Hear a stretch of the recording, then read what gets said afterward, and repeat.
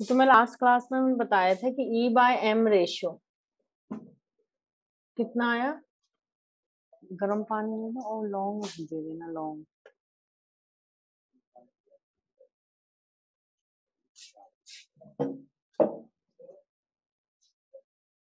E/M ratio कितना था बच्चों, माइनस 1.7588 इंटू 10⁸ कूलम पर ग्राम।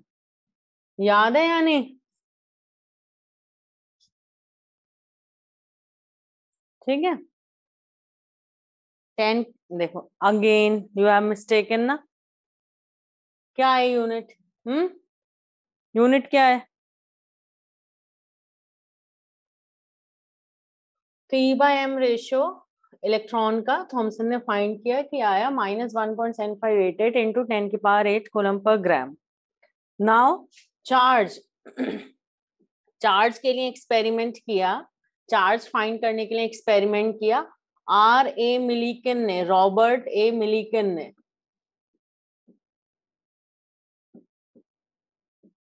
और क्योंकि इसमें ऑयल ड्रॉप का यूज किया था, इसलिए इस एक्सपेरिमेंट को कहा जाता है Millikan oil drop experiment. Millikan oil drop experiment.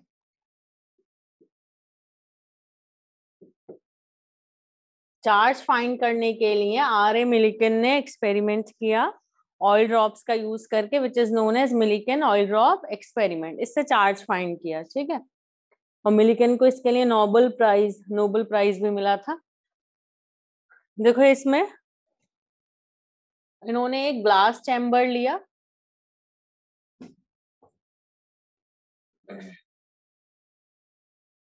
उसे उसमें रख देना जहां पहले रखी थी, पता है? जो ये टेबल है जिसमें रवि सर बैठते थे, हाँ उसकी दराज में ढक के रख देना। हाँ तो देखो एक ग्लास चैम्बर लिया, इसमें इलेक्ट्रिकल प्लेट्स लगा दी। ये प्लेट्स हैं, किसी और कलर से बना देते हैं। प्लेट्स लगा दिए,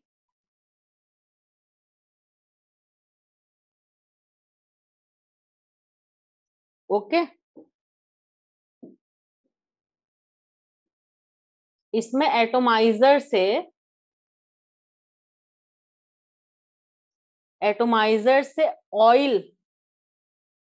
ऑयल स्प्रे किया, एटोमाइजर से ऑयल स्प्रे किया इसके अंदर। एटोमाइजर मतलब जैसे हम परफ्यूम स्प्रे करते हैं वैसे इसके अंदर ऑयल स्प्रे किया, बट एटोमाइजर से क्या होगा कि वो इतने फाइन पार्टिकल्स आएंगे उसके अंदर, इतने फाइन पार्टिकल्स निकलेंगे स्प्रे से कि लगभग एटम के साइज के होंगे, मतलब बहुत स्मॉल पार्टिकल्स होंगे, फाइन पार्टिकल्स होंगे, ठीक है। तो एटोमाइजर से इसके अंदर ऑयल स्प्रे किया और एक्स रे भी इंट्रोड्यूस की।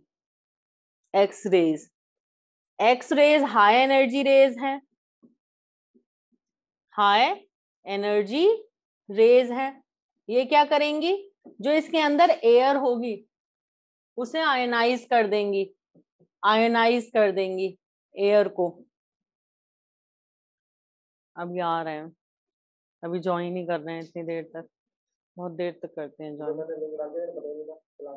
हम्म हम्म अच्छा हम्म हम्म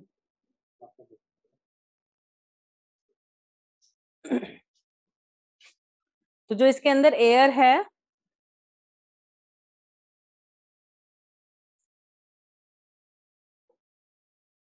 मैं अभी बता रही हूँ 9:15 पे क्लास शुरू होती है, 9:14 तक सबने ज्वाइन कर लेना है।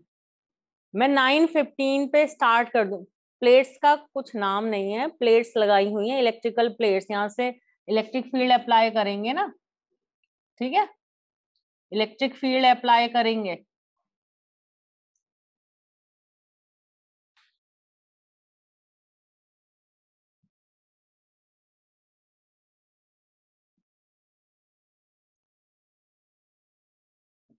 इलेक्ट्रिक फील्ड अप्लाई करेंगे, इसलिए प्लेट्स लगाई हुई हैं, इन्हें इलेक्ट्रिकल प्लेट्स बोल दिया।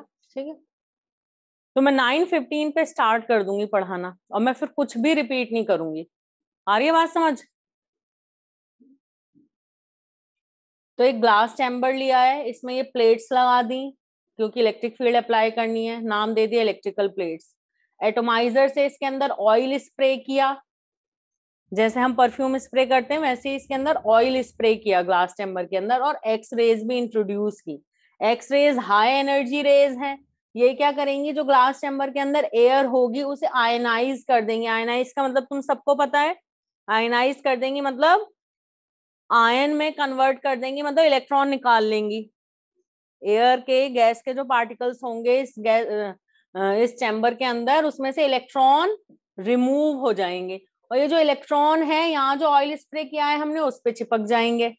ठीक है, तो जो ऑयल ड्रॉपलेट्स होंगी वो चार्ज हो जाएंगी, दे विल बिकम चार्ज। तो ऑयल ड्रॉपलेट्स जो हैं वो चार्ज हो गई, दे हैव बिकम चार्ज। और यहाँ इस इलेक्ट्रिकल प्लेट में, इस प्लेट के अंदर एक बहुत स्मॉल, बहुत फाइन होल किया है, मतलब इतना फाइन होल किया है कि भाई मतलब एक एक ड्रॉप ही गिरेगी इसमें से।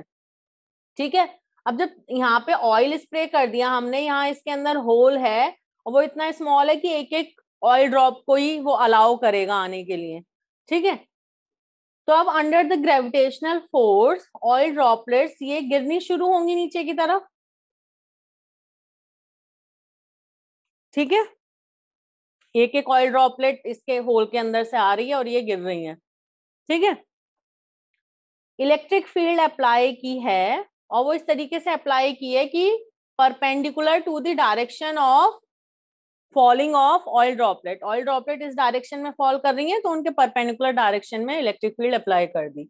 ठीक है, और इलेक्ट्रिक फील्ड का मैग्नीट्यूड ऐसे सेट किया कि जो oil droplets under the gravitational force नीचे की तरफ गिर रही हैं, ठीक है, इन्होंने क्या किया, स्टेशनरी कर दिया इन ऑयल ड्रॉपलेट्स को, मतलब ये रुक गई हवा में, मतलब अब ये डाउनवर्ड फॉल नहीं हो रही हैं।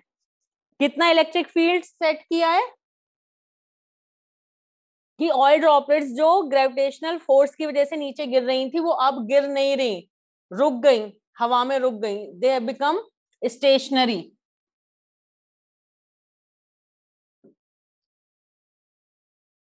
दे हैव बिकम स्टेशनरी। तो ये ऐसा क्यों हुआ होगा, क्योंकि जो इलेक्ट्रिकल फोर्स है उसने एग्जैक्टली बैलेंस कर दिया ग्रेविटेशनल फोर्स को। ठीक है, इस पॉइंट पर कि oil droplets have become stationary, मतलब क्यों, क्योंकि electrical force is exactly equal to हो गया ग्रेविटेशनल फोर्स। ठीक है, इसी पॉइंट का यूज करके मिलिकन ने चार्ज फाइंड किया। ठीक है, ये सारा फिजिक्स का पार्ट है, ये सब हम नहीं सॉल्व करेंगे। ठीक है, और ये बियॉन्ड आवर लेवल भी है, तो ये सब हमें सॉल्व नहीं करना है, बस हमें इतना समझना है कि कैसे कैसे किया। तो electrical force become equal to gravitational force, इसका यूज करके उन्होंने कैलकुलेशंस की आर ए मिलिकन ने, और उन्होंने, बेटा हाउ मच फोर्स हमें नहीं पता, ठीक है, बस हम इतना कहेंगे कि इस तरीके से एग्जैक्ट मतलब इस तरीके से बैलेंस किया उन्होंने, इलेक्ट्रिकल फील्ड सेट कर करके देखी ना, इलेक्ट्रिकल फोर्स सेट करके देखा, इलेक्ट्रिक फील्ड सेट करते चले गए, जिस पॉइंट पे ये रुक गई स्टेशनरी हो गई वहीं सेट कर दिया होगा इलेक्ट्रिक फील्ड, उतना ही सेट कर दिया होगा वोल्टेज। ठीक है ना,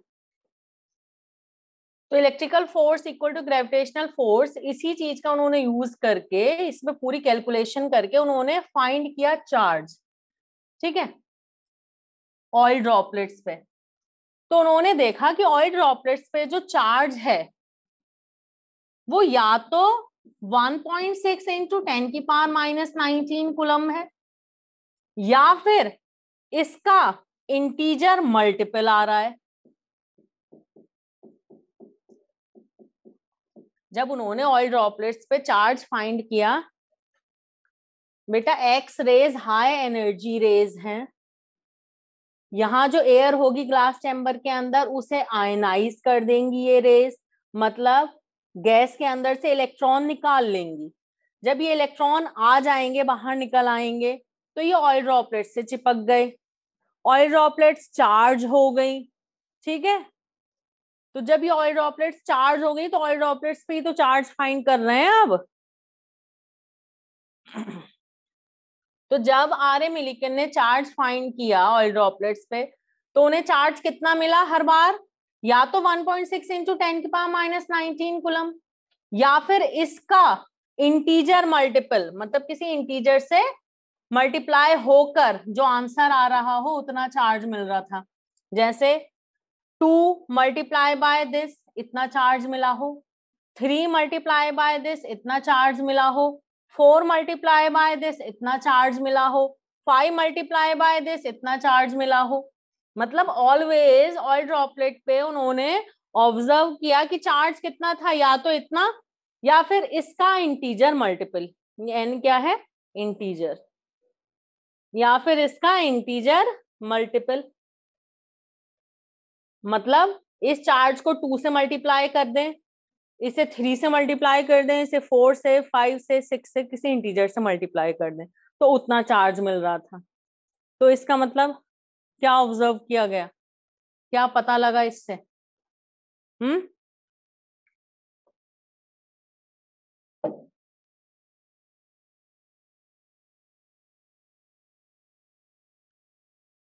हाँ, cubic charge equal to n e, ये तो ठीक है, इसे ई से रिप्रेजेंट करते हैं बच्चों। Charge of electron 1.6 into 10⁻⁻19 coulomb, इस चार्ज को ई से रिप्रेजेंट करते हैं, इसीलिए तो मैंने लिखा है यहाँ क्यू बाय एम को ई बाय एम लिख दिया। ठीक है, चार्ज ऑफ इलेक्ट्रॉन या प्रोटॉन इज रिप्रेजेंटेड बाय ई। ठीक है,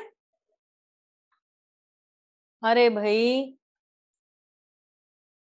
चार्ज ऑफ इलेक्ट्रॉन फाइंड करने के लिए एक्सपेरिमेंट हो रहा है ना, एंड चार्ज वाज दिस और मल्टीपल ऑफ दिस।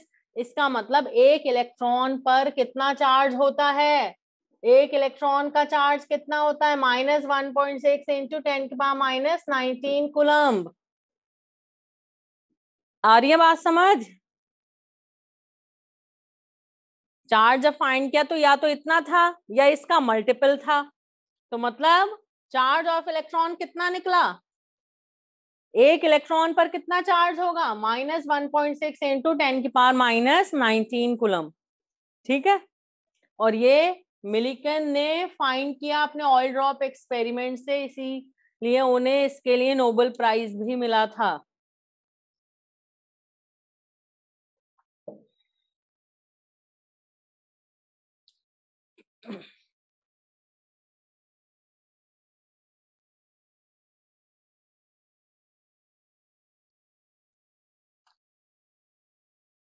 नाइनटीन 1909, लेकिन अब इतने भी ज्यादा ईयर्स नहीं याद करने हैं, जिनके बताऊं उनके याद करो बस। 1909, 1909 था ईयर एक्सपेरिमेंट का। This experiment was done in 1909।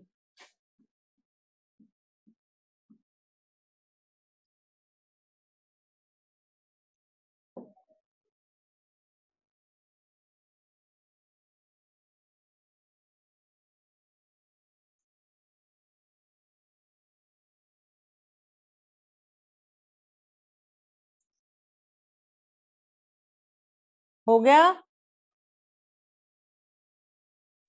बेटा, बता दे रही हूँ, लेकिन इतना भी ज्यादा तुम्हें ये कोई लिखना नहीं है, बस मैंने थोड़ा सा आइडिया दे दिया है, बता दिया है। एक ग्लास चैम्बर लिया, उसके अंदर ये प्लेट्स लगा दी। ठीक है, लाइक कैथोड एनोड, जिससे हमें इलेक्ट्रिक फील्ड अप्लाई करनी है ना, इसमें कैथोड एनोड तो चाहिए ही, मेटल प्लेट्स तो चाहिए ही, तो मेटल प्लेट्स लगा दी हैं। ठीक है, एटोमाइजर से इसके अंदर ऑयल स्प्रे कर दिया, मतलब जैसे हम परफ्यूम स्प्रे करते हैं वैसे इसके अंदर ग्लास चैम्बर के अंदर ऑयल स्प्रे कर दिया। एक्स रेज भी इंट्रोड्यूस कर दी इसके अंदर। एक्स रेज इसने इंट्रोड्यूस की हैं क्योंकि ये हाई एनर्जी रेज है, चैम्बर के अंदर जो एयर होगी उसे आयनाइज कर देंगी, मतलब उसमें से इलेक्ट्रॉन निकाल लेंगी, और ये इलेक्ट्रॉन जो है ऑयल ड्रॉपलेट्स पे चिपक जाएंगे, तो ऑयल ड्रॉपलेट्स चार्ज्ड हो जाएंगी। ठीक है, अब इस प्लेट में होल कर रखा है जिसमें से ऑयल ड्रॉपलेट्स नीचे की तरफ गिर रही हैं under the influence of gravitational force. फिर यहाँ इलेक्ट्रिक फील्ड जो लगाई है वो इनके फॉलिंग डायरेक्शन के परपेंडिकुलर लगा दी, और मैग्नीट्यूड इतना सेट किया इलेक्ट्रिकल फील्ड का कि वो ग्रेविटेशनल फोर्स के बराबर हो गई, मतलब ऑयल ड्रॉपलेट्स नीचे की तरफ गिरनी बंद हो गई, वो स्टेशनरी हो गई, हवा में रुक गई। ठीक है, मतलब इस पॉइंट पर इलेक्ट्रिकल फोर्स जो है वो ग्रेविटेशनल फोर्स के इक्वल है। फिर उन्होंने इसी पॉइंट का यूज करके यहाँ पर कैलकुलेशंस की, जो पूरा फिजिक्स का पार्ट है और हमारे लेवल से भी आगे की बात है। ठीक है, वो सब हमें नहीं करना है। तो इससे इन्होंने सॉल्व करके निकाला कि चार्ज निकाल लिया ऑयल ड्रॉपलेट्स के ऊपर। इस चीज से सॉल्व करके उन्होंने चार्ज फाइंड कर लिया ऑयल ड्रॉपलेट्स पे। लेकिन जब इन्होंने चार्ज को ऑब्जर्व किया तो इन्होंने देखा चार्ज या तो इतना था या फिर इसी का मल्टीपल था, इंटीजर मल्टीपल। तो इसका मतलब इलेक्ट्रॉन पर चार्ज कितना होता है, 1.6 इंटू 10⁻⁻19 कूलम। ओके, बस कुल मिला के ये समझना है तुम्हें कि मिलिकन ने ऑयल ड्रॉप एक्सपेरिमेंट किया, उससे चार्ज फाइंड किया, और इलेक्ट्रॉन पर जो चार्ज है वो निकला 1.6 इंटू 10⁻⁻19 कूलम। बस इतना समझना है। डन बच्चों, कर लिया नोट? हटा दूं? ओके, तो अब हमारे पास E/m रेशो, बच्चों मैं फिर से बता रही हूं, Q/m is known as specific charge. जब भी स्पेसिफिक चार्ज पूछा जाए मतलब Q/m रेशो पूछी जा रही है। एंड Q, इलेक्ट्रॉन और प्रोटॉन का Q कितना होगा, 1.6 इंटू 10⁻⁻19 कूलम, यानी 1.6 इंटू 10⁻⁻19 कूलम चार्ज के लिए हम सिंबल लेते हैं E। Got it? 1.6 into 10⁻⁻19 coulomb इतने चार्ज के लिए हम सिंबल लेते हैं E, या इलेक्ट्रॉन प्रोटॉन के चार्ज के लिए हम सिंबल लेते हैं E। ओके, तो अब हमारे पास E/m रेशो आ गया इलेक्ट्रॉन का कितना, -1.7588 इंटू 10⁻11 कूलम पर केजी। ठीक है, और हमारे पास E भी आ गया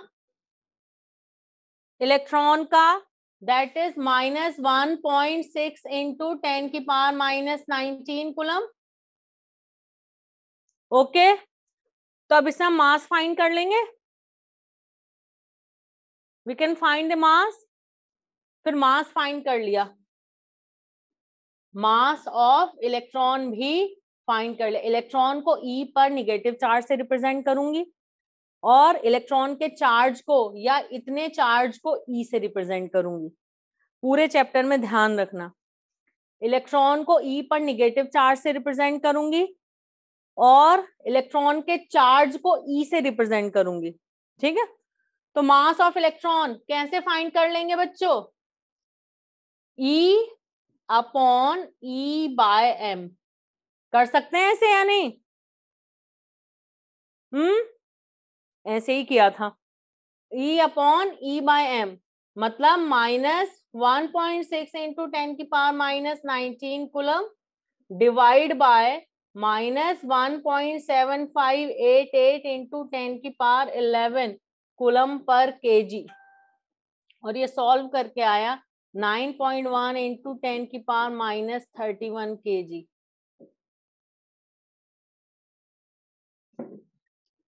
बताओ, समझ में आ रही है बात? तेजसदीप, हो मेरे बेटा, मास का यूनिट ग्राम भी होता है, किलोग्राम भी होता है। तू अपना मास ग्राम में ही फाइंड करता है क्या?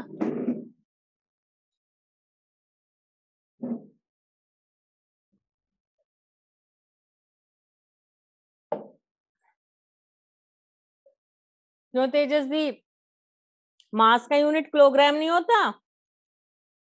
तेजसदीप कह रहा है मैं मास का यूनिट तो ग्राम होता है ना, किलोग्राम नहीं होता मास का यूनिट। किलोग्राम क्या होता है? लेंथ की यूनिट। अरे ऐसा ऐसा यूनिट से मतलब थोड़ा ही है कि ऐसा यूनिट ही लिखनी है।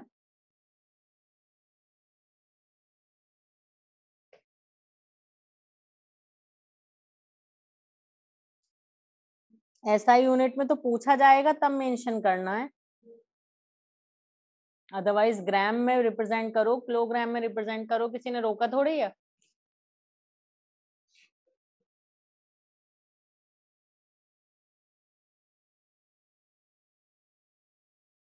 नहीं गोपिका, पहले E/M रेशियो फाइंड किया था, वो भी एक एक्सपेरिमेंट किया था थॉमसन ने, उससे फाइंड किया था। ठीक है, तो एक्सपेरिमेंट हमें समझने की जरूरत नहीं है, और समझेंगे भी तो हम कितना समझ पाएंगे, बस ऐसे ही जैसे हमने ऑयल ड्रॉप एक्सपेरिमेंट समझा, जो उन्होंने कैलकुलेशंस की वो तो हमें समझ में आने वाली है नहीं। ठीक है, तो पहले E/M रेशियो फाइंड किया था, फिर E फाइंड किया, देन मास फाइंड कर पाए। आ रही है बात समझ? डन। ओके, तो मास ऑफ इलेक्ट्रॉन 9.1 इंटू 10 की power minus 31 kg, this is known as rest mass of electron. This is known as rest mass of electron. हाँ, Q/M मतलब E/M, चार्ज ऑफ इलेक्ट्रॉन को हम E से represent करेंगे,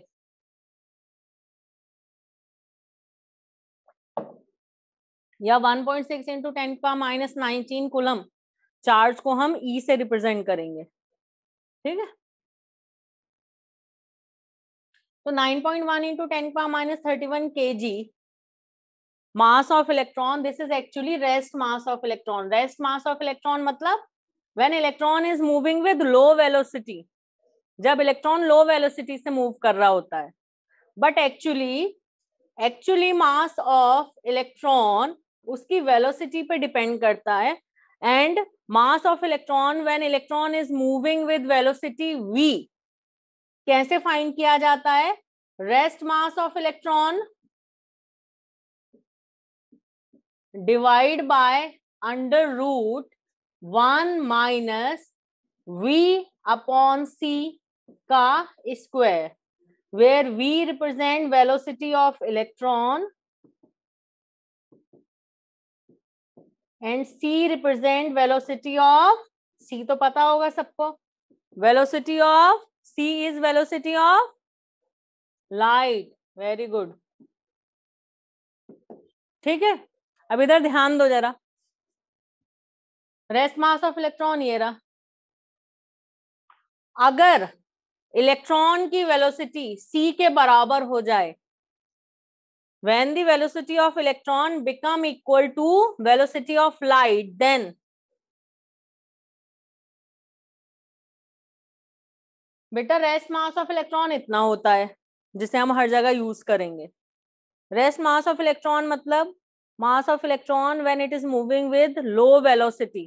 ठीक है, but actually mass of electron जो है वो उसकी वेलोसिटी पे डिपेंड करता है, and it is equal to rest mass of electron divide by under root 1 minus v/c का square, where v is velocity of electron and c is velocity of light. Now I am asking कि मास of electron क्या होगा when v will be equal to c? Infinite। Very good. Mass of electron will B infinity, या define नहीं किया जा सकता, not defined है ना। जब v और c बराबर हो जाएंगे तो यहाँ आ जाएगा 1, 1 माइनस 1 0, और रूट 0 सॉल्व कर सकते हो क्या? रूट 0 कुछ होता है नहीं। ठीक है, तो ये सीधा इंफिनिटी या नॉट डिफाइंड। ठीक है, तो mass of electron will be not defined, या you can say infinity. Infinity होगा। ओके, नाउ अब इलेक्ट्रॉन सी वेलोसिटी के बराबर, इसका मतलब मूव नहीं कर सकता ना। मास ऑफ इलेक्ट्रॉन तो देखो इन्फिनिटी हो जा रहा है when v will become equal to c. इसका मतलब एक्चुअली इन एक्चुअल इलेक्ट्रॉन की वेलोसिटी कभी भी सी के बराबर हो ही नहीं सकती, तो सी से ज्यादा होने की तो बात बहुत दूर की है। तो वेलोसिटी ऑफ लाइट के बराबर वेलोसिटी ऑफ इलेक्ट्रॉन नहीं होती है। इलेक्ट्रॉन की वेलोसिटी सी से कम ही होती है। तो कब इस फॉर्मूले का यूज होता है? व्हेन वेलोसिटी ऑफ इलेक्ट्रॉन इतना हाई है कि सी के कंपेरेबल है। सी के बराबर तो तब भी नहीं होगा, सी से कम ही होगा, लेकिन इतना हाई है वेलोसिटी ऑफ इलेक्ट्रॉन की लगभग सी के बराबर है सी से कम ही, लेकिन सी के लगभग कंपेरेबल है। तब इन फॉर्मूले का यूज होता है, तब मास ऑफ इलेक्ट्रॉन इस फॉर्मूले से फाइंड करते हैं, जो कि हमें कहीं नहीं यूज करना, क्योंकि नॉर्मली इलेक्ट्रॉन लो स्पीड से ही मूव कर रहा होता है, इसलिए हम हर जगह rest mass of electron he use करेंगे। तो फिर इस फॉर्मूले का यूज क्या है, क्यों बताया गया है तुम्हें? तुम्हें इसलिए बताया गया है कि जब ऐसा कोई क्वेश्चन पूछा जाए, जैसे कि क्या मास ऑफ इलेक्ट्रॉन कांस्टेंट होता है, तब तुम्हें दिमाग लगाना है, नहीं भाई मास ऑफ इलेक्ट्रॉन कांस्टेंट नहीं होता है, वो तो वेलोसिटी v पर डिपेंड करता है, उसकी वेलोसिटी पे डिपेंड करता है। या तुमसे पूछ लिया जाए कि मास ऑफ इलेक्ट्रॉन क्या होगा when velocity of electron will become equal to velocity of light, तो तुम इस फॉर्मूले में ऑब्जर्व करके बता दोगे कि मास of electron will B infinity at that time. ठीक है, तो ऐसा कोई क्वेश्चन पूछा जाए तब तुम्हें इस फॉर्मूले पे फोकस करना है, अदरवाइज कहीं भी तुम्हें इस फॉर्मूले से कैलकुलेट करके इलेक्ट्रॉन का मास पुट नहीं करना है, क्योंकि नॉर्मली इलेक्ट्रॉन लो स्पीड से ही मूव कर रहा होता है, इसलिए हमें उसका हर जगह rest mass of electron he use करना है। Is that clear? कभी कहीं कुछ वेलोसिटी बताई जाए इलेक्ट्रॉन की और लगो तुम कैलकुलेट करने इस फॉर्मूले से कि मैम 9.1 इंटू 10⁻31 क्यों रख दिया, हमें तो इस फॉर्मूले से कैलकुलेट करना पड़ेगा, तो ऐसा नहीं है। ठीक है, मास of electron depends on velocity of light पे नहीं डिपेंड कर रहा, उसकी खुद की वेलोसिटी पे ही डिपेंड कर रहा है।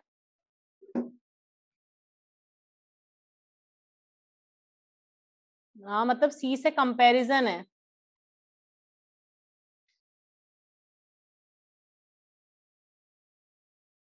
क्या कह रहे हो विदु?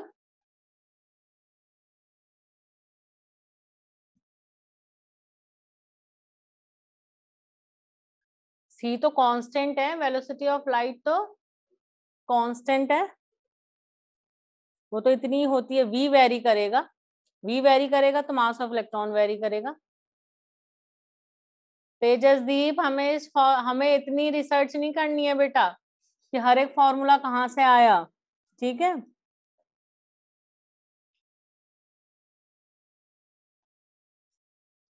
बस जिन चीजों के रिक्वायर्ड हैं डेरिवेशंस वही करेंगे हम।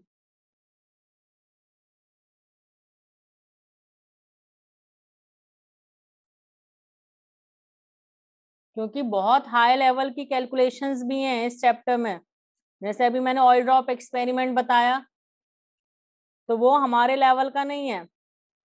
और कुछ डेरिवेशंस ऐसे भी हैं जो तुम जब एटॉमिक स्ट्रक्चर +2 में पढ़ाया जाएगा फिजिक्स में, तो वहां पे करोगे। ठीक है, तो कुछ डेरिवेशन फिजिक्स में कर लोगे, कुछ डेरिवेशंस करने ही नहीं है क्योंकि हमारे काम के ही नहीं है या हमारे लेवल के नहीं है, तो जहां डेरिवेशन की रिक्वायरमेंट होगी बस वहां बताया जाएगा, वो करने हैं तुम्हें। ये हो गया? तो ऑलवेज रिमेम्बर भाई यही मास पुट करना है। ये तो जब इस तरीके का कोई क्वेश्चन हो कि तुम्हें इस फॉर्मूले के बारे में सोचना पड़े, बस तब सोचना है, अदरवाइज नहीं। ओके, तो अब हमारे पास भाई E/m that is specific charge electron का आ गया, हमारे पास E that is charge of electron आ गया, हमारे पास मास ऑफ इलेक्ट्रॉन आ गया। ओके, और तुम्हें बता दिया था कि E/m ratio of electron independent of independent of nature of gas present inside the discharge tube and nature of metal electrodes.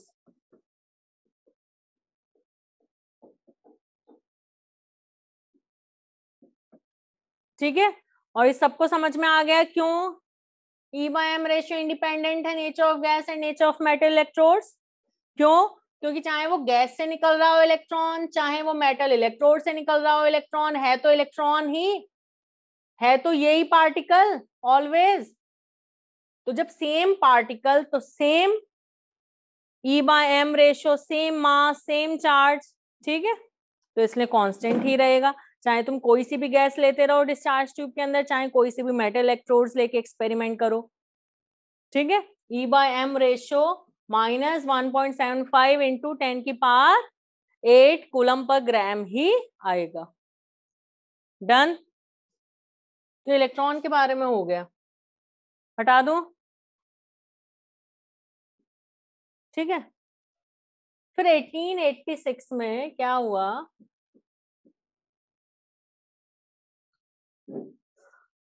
1886 में नहीं हो गया अचानक से, मतलब साइंटिस्ट, भाई एटम इज इलेक्ट्रिकली न्यूट्रल, ये बात तो स्टार्टिंग से ही पता है. ऑलवेज हमेशा यही कहते रहे साइंटिस्ट कि atom is electrically neutral, atom is electrically neutral. तो जब एटम के अंदर निगेटिवली चार्ज पार्टिकल पता कर लिए, तो एटम के अंदर जब निगेटिवली चार्ज पार्टिकल पता कर लिए, और क्योंकि एटम न्यूट्रल है, तो फिर और क्या होना चाहिए फिर एटम के अंदर. एक तरफ तो कह रहे हैं एटम इज इलेक्ट्रिकली न्यूट्रल, दूसरी तरफ एटम के अंदर निगेटिवली चार्ज पार्टिकल का पता लगा लिया, तो इसका मतलब फिर एटम के अंदर और क्या होना चाहिए, एटम के अंदर पॉजिटिव चार्ज भी होना चाहिए, तभी तो एटम इलेक्ट्रिकली न्यूट्रल होगा. तो जैसे इलेक्ट्रॉन की डिस्कवरी हो गई, उसके बाद साइंटिस्ट ने रिसर्च शुरू कर दी पॉजिटिव पार्टिकल के लिए, क्योंकि एटम इज इलेक्ट्रिकली न्यूट्रल, तो जब उसके अंदर निगेटिव चार्ज है पता लग गया, तो मतलब फिर पॉजिटिव चार्ज पार्टिकल भी होने चाहिए ना. तो साइंटिस्ट ने रिसर्च स्टार्ट कर दी फॉर पॉजिटिव पार्टिकल. फिर 1886 में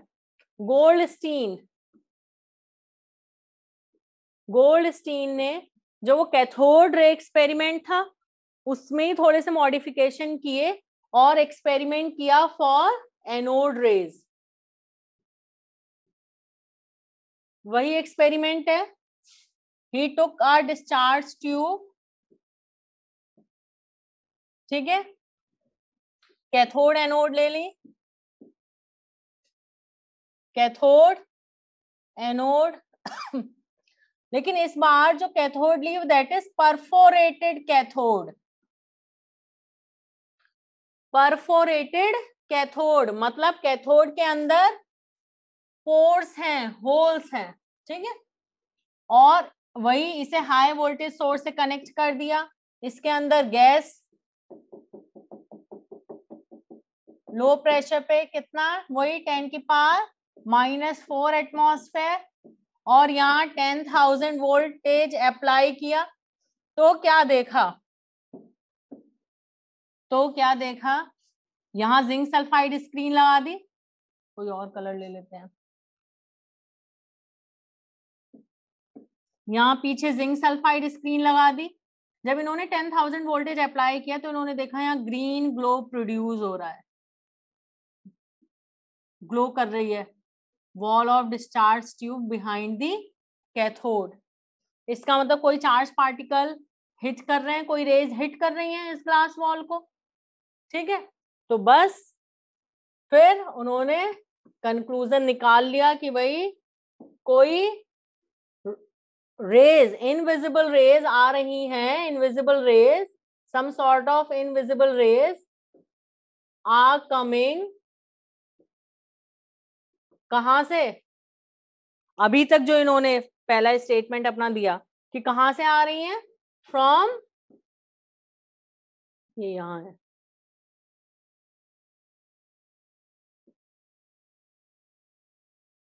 फ्रॉम एनोड टूवर्ड्स कैथोड. अब क्योंकि इन्हें लग रहा था कि एनोड से आ रही है, इसलिए इन्होंने नाम दे दिया इन्हें एनोड रेज, या क्योंकि ये कैनाल से यानी कि इन होल से पास हो रही हैं, तो इन्हें और क्या नाम दे दिया, कैनाल रेज, एनोड रेज या कैनाल रेज। अब एक एक करके धीरे धीरे करके बातें समझेंगे। पहले तो इस एक्सपेरिमेंट को जो इन्होंने किया इसे समझ लो। 1886 में गोल्डस्टीन ने एक्सपेरिमेंट किया, वही एक्सपेरिमेंट किया जो किसके लिए किया गया था, कैथोड रेज के लिए, कि डिस्चार्ज ट्यूब ली, गैस ले ली, लो प्रेशर पे, वोल्टेज हाई, एनोड कैथोड। लेकिन बस कैथोड कैसी ली, परफोरेटेड, होल्स हैं जिसके अंदर। जब वोल्टेज अप्लाई किया तो बिहाइंड दी कैथोड ये ग्लास वॉल जो है ग्लो कर रही है। तो इसका मतलब some sort of invisible rays आ रही हैं, कहां से, एनोड से कैथोड की तरफ, और उन्हें नाम दे दिया एनोड रेज, क्योंकि उन्हें लगा कि वो एनोड से आ रही हैं इसलिए एनोड रेज, और क्योंकि होल से पास हो रही हैं, कैनाल से पास हो रही हैं, इसलिए और क्या नाम दे दिया, कैनाल रेज। ठीक है, ओके।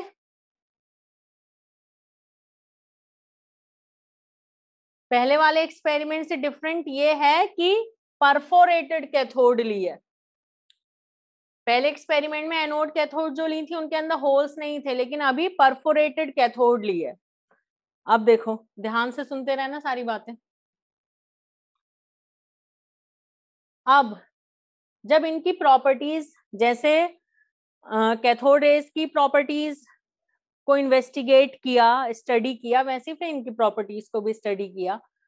तो इनकी प्रॉपर्टीज को जब स्टडी किया तो इनकी प्रॉपर्टीज सारी लगभग कैथोड रेज जैसी हैं, बस एक दो प्रॉपर्टी को छोड़कर। जैसे they travel in straight line, क्योंकि जब इनके भी पाथ में रखा कोई ऑब्जेक्ट तो उसकी शेडो कास्ट हो गई। They travel in straight line. फिर दे पजेस काइनेटिक एनर्जी, क्योंकि इनके पास में जब कोई ऑब्जेक्ट रखा वो हॉट हो गया, पिन व्हील रखा वो घूमने लगा, इसका मतलब इनके पास भी काइनेटिक एनर्जी है। काइनेटिक एनर्जी है तो obviously these are also material particles, ये भी क्या है, पार्टिकल्स ही हैं, रेज नहीं है। ठीक है, फिर सुनते रहना, अभी बीच में कुछ मत पूछो, बीच में कुछ मत पूछो, क्योंकि जो तुम लोग पूछना चाह रहे हो वो सारे सवालों के जवाब है आगे, इसलिए बस ध्यान दो यहाँ पर। अब नेक्स्ट, जब इलेक्ट्रिक फील्ड अप्लाई किया, जब इलेक्ट्रिक फील्ड अप्लाई किया, ये electric positive plate electric field में और ये निगेटिव प्लेट, तो ये रेस किधर डिफ्लेक्ट हुई, किधर डिफ्लेक्ट हुई, टुवर्ड्स निगेटिव प्लेट। इसका मतलब कैसा चार्ज है इन रेस पर, पॉजिटिव चार्ज है, दीज आर पॉजिटिवली चार्ज्ड। ठीक है, फिर इनका E by M ratio find किया, मतलब specific charge Q by M ratio, फिर इनका E by M ratio find किया। ठीक है, अब जब इनका E by M ratio find किया तो इसके अंदर, ट्यूब के अंदर गैस चेंज करने पर वो E बाय एम रेशियो हर बार अलग मिल रहा था। E by M ratio was different in case of different gas.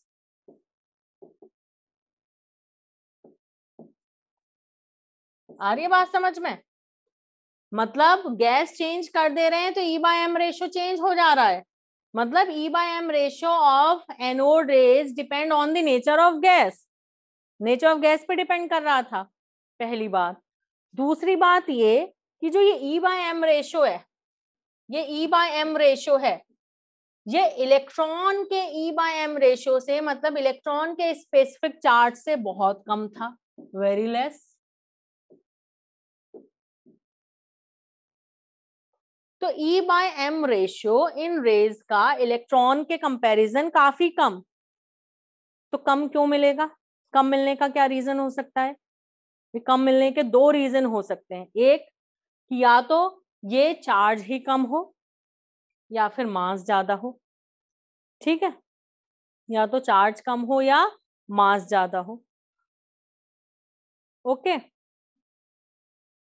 उसी केस में कम हो सकता है। ठीक है, अब देखो, जब ये वाला पॉइंट पता लगा कि गैस डिफरेंट होने पर E/M रेशियो डिफरेंट है, तो ये ऐसा क्यों, इस चीज का पता लगाया, तो पता लगा कि यहां जो इसके अंदर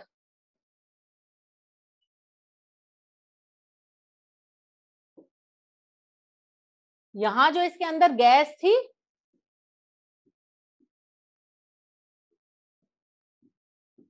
यहां जो इसके अंदर गैस प्रेजेंट है, तो जब कैथोड से जब ये वोल्टेज अप्लाई कर रहे हैं तो दोनों चीज साइमल्टेनियसली हो रही हैं। वो अलग बात है कि एक ही टाइम पर दोनों चीजें ऑब्जर्व नहीं हुई थी। क्या दोनों चीजें, कि जब ये 10,000 वोल्टेज अप्लाई कर रहे थे और गैस ले रखी थी 10⁻⁴ एटमॉस्फेयर पे, जब एक्सपेरिमेंट कर रहे थे या करते हैं, तो कैथोड से तो निकलते हैं इलेक्ट्रॉन और साइमल्टेनियसली पॉजिटिव पार्टिकल भी प्रोड्यूस हो रहे हैं, लेकिन दोनों चीजें एक टाइम पे ऑब्जर्व नहीं हुई। पहले ऑब्जर्व कर लिया इन्होंने इलेक्ट्रॉन्स को, कैथोड रेस को, बाद में इतने सालों बाद ये प्रोटोन टर्म बाद में आई, पॉजिटिव रेस को ऑब्जर्व कर पाए। ठीक है, वो भी परफोरेटेड कैथोड लेने पर। क्यों परफोरेटेड अभी डिस्कस करेंगे। तो जब यहां से ये इलेक्ट्रॉन निकले हैं, और मैंने तुम्हें बताया था कि इलेक्ट्रॉन जो है वो जिस गैस से पास होंगे उसे आयनाइज कर देंगे। ठीक है, तो ये गैस है, तो जब ये यहां से इलेक्ट्रॉन निकले हाई स्पीड से, तो ये क्या करेंगे, गैस के मॉलिक्यूल से टक्कर मारेंगे। गैस के मॉलिक्यूल्स को जब हिट करेंगे, ठीक है, तो क्या करेंगे, उस गैस को आयनाइज कर देंगे, मतलब उस गैस में से इलेक्ट्रॉन निकाल देंगे। ठीक है, तो जैसे ये H है, तो इसमें से इलेक्ट्रॉन निकल जाएगा और क्या बन जाएगा, ये H+ और ये इलेक्ट्रॉन, मतलब H+ ये इलेक्ट्रॉन, H+ इलेक्ट्रॉन। आ रही है बात समझ में। तो मतलब ये जो पॉजिटिव पार्टिकल बने हैं, ये तो गैस के मॉलिक्यूल से बने हैं या गैस से बने हैं। ये जो पॉजिटिव पार्टिकल बने हैं, ये एनोड में से नहीं निकल रहे, ये किससे बने हैं, ये गैस से बने हैं। क्योंकि इनका मास ज्यादा था, इसलिए जब पहले एक्सपेरिमेंट किया गया था बिना परफोरेटेड कैथोड लिए, तब ये चीज ऑब्जर्व नहीं हो पाई। क्यों, क्योंकि मास ज्यादा है, तो ये इसे क्रॉस करके नहीं जा पाए। यही कैथोड कैसे नेगेटिवली चार्ज है और ये कैसे पॉजिटिवली चार्ज है, तो ये यही चिपक जा रहे होंगे। लेकिन जब ये परफोरेटेड कैथोड ली, तब क्या हुआ, इन होल से ये पास हुए और यहाँ पर ये हमें ग्लो दिखा और हमें पता लगा कि कुछ रेज ऐसी भी हैं जो इस साइड से आ रही हैं। ठीक है, लेकिन जब ये चीज पता लगी कि गैस चेंज करने पे E/M रेशियो चेंज हो रहा है, तब समझ में आया कि ये जो पॉजिटिव पार्टिकल हैं, ये कोई एनोड से नहीं निकल रहे, ये तो जो गैस इसके अंदर ले रखी है उसी से बने हैं।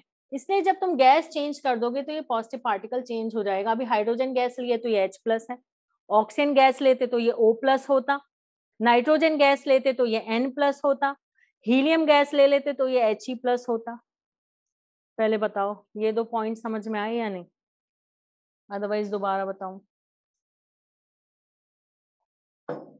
समझ में आए।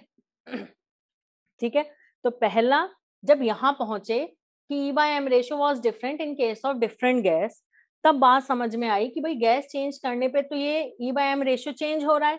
इसका मतलब ये जो पॉजिटिव पार्टिकल है ये एनोड से नहीं निकल रहे, ये पॉजिटिव रेज एनोड से नहीं निकल रही हैं। ठीक है, तो एक्चुअली हो क्या रहा है, ये जो इसके अंदर गैस है इसे आयनाइज कर देते हैं इलेक्ट्रॉन जो कैथोड से निकलते हैं। जब ये कैथोड से इलेक्ट्रॉन निकलते हैं हाई स्पीड में, तो क्या करते हैं, ये हिट करते हैं गैस को और गैस से इलेक्ट्रॉन निकल जाता है। तो सपोज ये हाइड्रोजन गैस ले रखी है तो H+ बन जाएगा, ऑक्सीजन गैस ले रखी है तो O+ बन जाएगा, नाइट्रोजन गैस है तो N+ बन जाएगा, हीलियम गैस है तो He+ बन जाएगा। मतलब डिफरेंट गैस के केस में डिफरेंट पॉजिटिव पार्टिकल होगा। जब डिफरेंट गैस के केस में डिफरेंट पॉजिटिव पार्टिकल होगा तो मास डिफरेंट होगा, और जब मास डिफरेंट होगा तो ऑब्वियसली E/M रेशियो डिफरेंट होगा। तो समझ में आया कि ये जो जिन्हें हम एनोड रेज कह रहे हैं ये एक्चुअली एनोड रेज नहीं है, मतलब एक्चुअली ये एनोड से नहीं निकलती, एक्चुअली ये गैस से जनरेट हो रहे पॉजिटिव पार्टिकल हैं।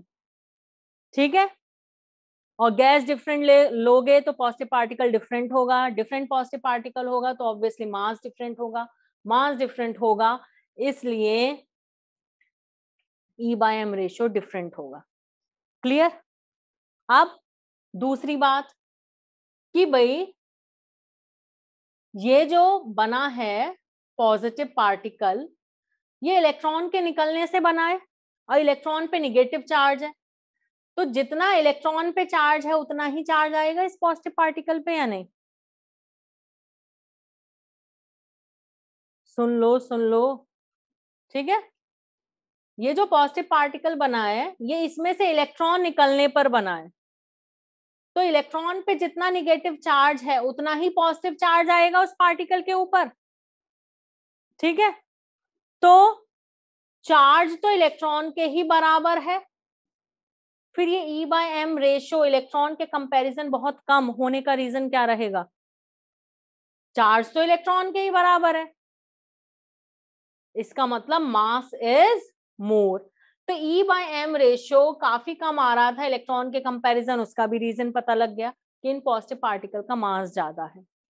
और फिर ये बात भी समझ में आ गई कि क्यों परफोरेटेड कैथोड लेने पर ही एक्सपेरिमेंट ऑब्जर्व हुआ, क्योंकि इन पार्टिकल्स का मास ज्यादा है, तो ये जब हम बिना होल्स वाली कैथोड ले रहे थे तो उसे क्रॉस करके नहीं जा पा रहे थे, ज्यादा मास होने की वजह से यहीं चिपक जाते थे। लेकिन जब ये होल्स वाली कैथोड ले ली तो इसमें से इन होल्स में से निकल के यहाँ पर स्ट्राइक कर रहे थे, जिसकी वजह से हमें ये ग्लो दिख रहा था। तब हम ऑब्जर्व कर पाए कि भाई कुछ पॉजिटिव पार्टिकल भी हैं, कुछ पॉजिटिव रेज भी हैं जो इधर से आ रही हैं, लेकिन इस पॉइंट से पता लग गया था कि ये पॉजिटिव पार्टिकल हैं, तो पता लग गया कि कुछ पॉजिटिव पार्टिकल भी हैं। तो पता लग गया इलेक्ट्रॉन भी है और पॉजिटिव पार्टिकल भी है। पॉजिटिव पार्टिकल के नाम की बात अभी करेंगे। समझ में आई बात? तो एक्चुअली ये जो पॉजिटिव रेज हैं या ये जो कैनाल रेज हैं, ये एक्चुअली एनोड से नहीं निकलती। एनोड रेज इन्हें नाम तो दे दिया था पहले ही, लेकिन ये एक्चुअली एनोड से नहीं निकलती। ये कहाँ बनती हैं? ये गैस से बनती हैं, ठीक है। ये गैस से बनते हैं ये पॉजिटिव पार्टिकल। अब क्योंकि ये पॉजिटिव हैं तो ऑब्वियसली अट्रैक्ट तो टुवर्ड्स नेगेटिव ही होंगे, इसलिए ये कैथोड की तरफ भागते हैं बनने के बाद। बताओ समझ में आ गया? ये कहानी तो नहीं आएगी टेस्ट में, लेकिन इससे रिलेटेड जो पॉइंट्स हैं वो तुम्हें समझने जरूरी है, क्योंकि उन पर क्वेश्चन हो सकते हैं, ठीक है। इतनी बड़ी कहानी नहीं लिखनी तुम्हें, तो ये पॉइंट्स, ये छोटी छोटी बातें समझनी है, जिन पे मैं स्ट्रेस दे रही हूँ इतना, कि भाई जो एनोड रेज है वो एनोड से नहीं निकली, कैसे बनी है? गैस से बनी है। गैस के जो पॉजिटिव पार्टिकल हैं वही एनोड रेज हैं। क्लियर? ओके। तो प्रॉपर्टीज लगभग कैथोड रेज जैसी ही हैं, बस डिफरेंस क्या है कि इनका E/m रेशियो गैस पे डिपेंड करता है, ठीक है। Then these are positively charged. Okay. E/m ratio different gas लेने पर डिफरेंट, और इलेक्ट्रॉन के कंपैरिजन इनका E/m रेशियो काफी कम, तो इसका मतलब इनका मास काफी ज्यादा। स्क्रीन ठीक हो जाएगी अभी? हाँ गोल्डस्टीन ने किया था, ठीक है।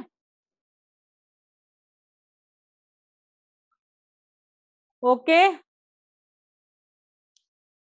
इनका E/m रेशो थॉमसन ने, इनका भी थॉमसन ने फाइंड किया था। जैसे इलेक्ट्रॉन का फाइंड किया था वैसे ही इसका, मतलब प्रॉपर्टीज स्टडी करने में रोल रहा है थॉमसन का, लेकिन एक्सपेरिमेंट गोल्डस्टीन ने किया था। ये इतना हो गया। अब देखो, तो ये जो E/m रेशियो है डिफरेंट डिफरेंट गैस लेने पर इन्होंने फाइंड किया, डिफरेंट डिफरेंट आ रहा था, लेकिन इन्होंने ऑब्जर्व किया कि जब डिस्चार्ज ट्यूब में हाइड्रोजन गैस ली, नहीं अभी इस टेस्ट में एटॉमिक स्ट्रक्चर टेस्ट कब है? इस संडे के भी बाद है। एटॉमिक स्ट्रक्चर जितना हो जाएगा उतना आएगा टेस्ट में, ठीक है। एटॉमिक स्ट्रक्चर जितना हो जाएगा उतना आएगा। अब इधर देखो, डिफरेंट डिफरेंट गैस लेने पर जब इन्होंने E by M ratio calculate किया तो इन्होंने ऑब्जर्व किया कि E by M ratio was maximum in case when hydrogen gas was taken in discharge tube. When hydrogen gas was taken in discharge tube,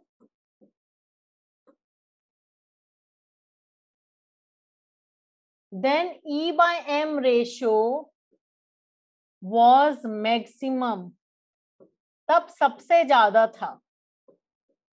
और वो कितना था?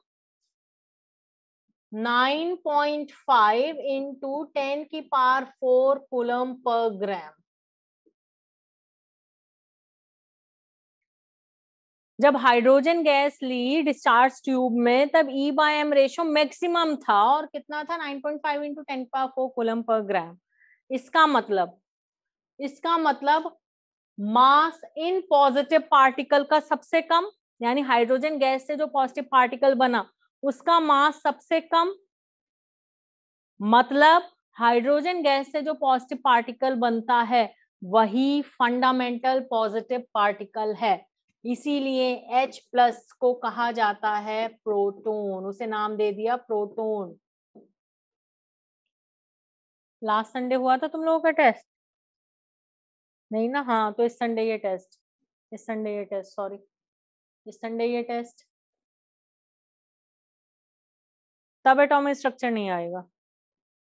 इस संडे ही है ना test? This Sunday test is this Sunday. हाँ, तो एटॉमिक स्ट्रक्चर नहीं आएगा, नेक्स्ट टेस्ट में ही आएगा एटॉमिक स्ट्रक्चर, ठीक है? No atomic structure, don't worry.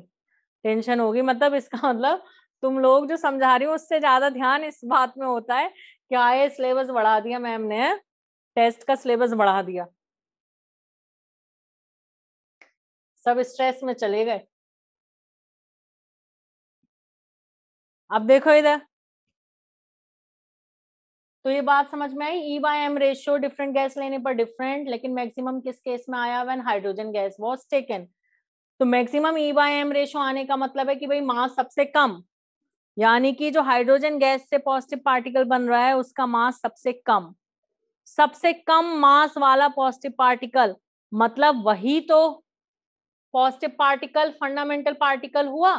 तो मतलब हाइड्रोजन गैस से जो पॉजिटिव पार्टिकल बनता है वही फंडामेंटल पार्टिकल है और इसे नाम दे दिया प्रोटॉन। रदरफोर्ड ने दिया था इसका नाम, ठीक है, नामकरण रदरफोर्ड ने किया था। तुम लोगों को पता भी होगा, हम यूज भी करते हैं, H प्लस को बोलते हैं प्रोटॉन, ठीक है? So H plus is proton या positive particle which are present inside the atom are known as proton. Proton name was given by Rutherford.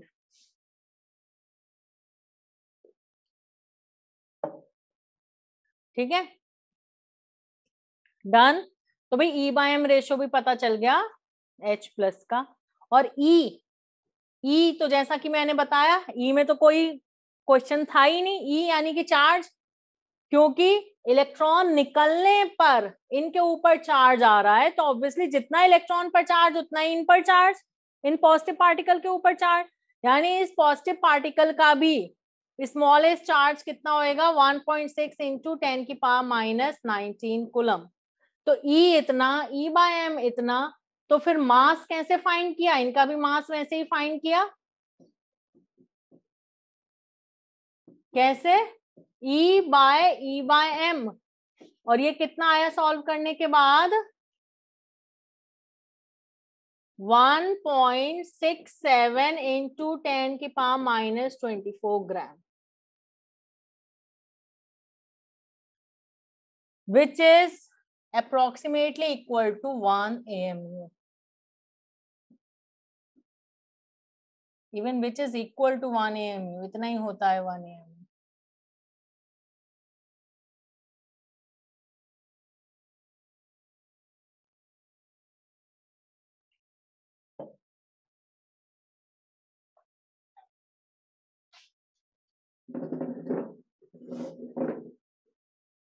हो गया? अभी ठीक हो जाएगी बेटा स्क्रीन। ये एक दो पॉइंट बताए, इन्हें नोट कर लो।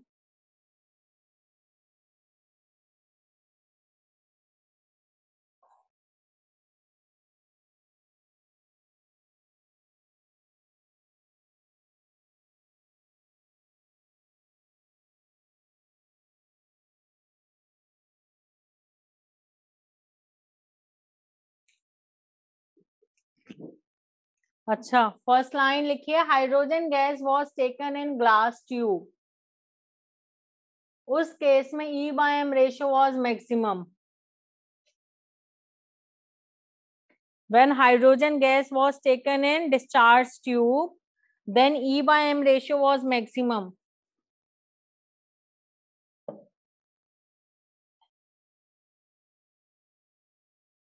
और ये E/M रेशियो कितना है? 9.5 इंटू 10⁴ कूलम पर ग्राम। इसका मतलब जो हाइड्रोजन गैस से पॉजिटिव पार्टिकल बनते हैं उनका मास सबसे कम होता है। ठीक है, तो हाइड्रोजन गैस से जो पॉजिटिव पार्टिकल बनते हैं H+, इसका मतलब वही फंडामेंटल पार्टिकल है, वही पॉजिटिव पार्टिकल है एटम का, फंडामेंटल पार्टिकल, जिसे नाम दिया प्रोटॉन। चार्ज तो इतना ही है क्योंकि इलेक्ट्रॉन के निकलने से बना है ये पॉजिटिव पार्टिकल, तो ऑब्वियसली इलेक्ट्रॉन के बराबर ही होगा इसका चार्ज भी। मास ऑफ प्रोटॉन E/E/M कितना आता है? 1.67 into 10⁻⁻24 gram, which is 1 AMU। 1 AMU की वैल्यू ग्राम में हमने फाइंड भी की थी, अगर याद हो तो।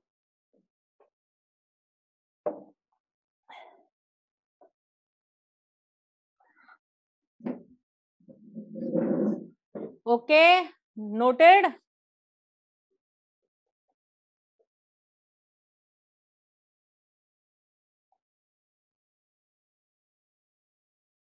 लो, टाइम भी हो गया, नोट भी कर लिया तुम लोगों ने, टाइम भी हो गया। कैसा लग रहा है? बोरिंग लग रहा है चैप्टर? नहीं, मेरा मन रखने के लिए कह रहे हो क्या? बोरिंग है थोड़ा ये स्टार्टिंग में डिस्कवरीज, ठीक है, ऐसे जैसे कोई कहानियां पढ़ रहे हैं, लेकिन आगे आगे ठीक होता चला जाएगा। बट तुम्हें इंटरेस्ट लेके समझना है कि भाई देखो कैसे कैसे इनका मास पता लगा। अब भाई 9th-10th में तो तुमने क्या किया, सीधा सीधा मास की वैल्यू याद कर ली, सीधा उठा के चार्ज की वैल्यू याद कर ली, लेकिन इतना आसान नहीं था, है ना। मास कितना, लास्ट में मास पता लगा है, पहले E/M फाइंड किया, फिर E, फिर मास। और जो डिस्कवरीज में इंटरेस्टिंग पॉइंट्स हैं, जो थोड़ा सा इंटरेस्टिंग भी बनाते हैं डिस्कवरी को, और लॉजिक भी है जिनमें, जैसे E/M रेशियो एनोड रेस के केस में नेचर ऑफ गैस पर डिपेंड कर रहा था, तो ऐसे ऐसे पॉइंट पे क्वेश्चन बन सकते हैं कि anode rays actually anode rays नहीं है, मतलब एनोड से नहीं निकल रही थी वो कैसे बनी? वो गैस जो प्रेजेंट थी ट्यूब के अंदर उससे बनी है, उससे बने थे वो पॉजिटिव पार्टिकल। इन सब बातों पे फोकस करना है, इन्हीं से क्वेश्चन बनेंगे। बाय, पढ़ते रहो, ठीक है, नोट्स बनाते रहो प्रॉपर।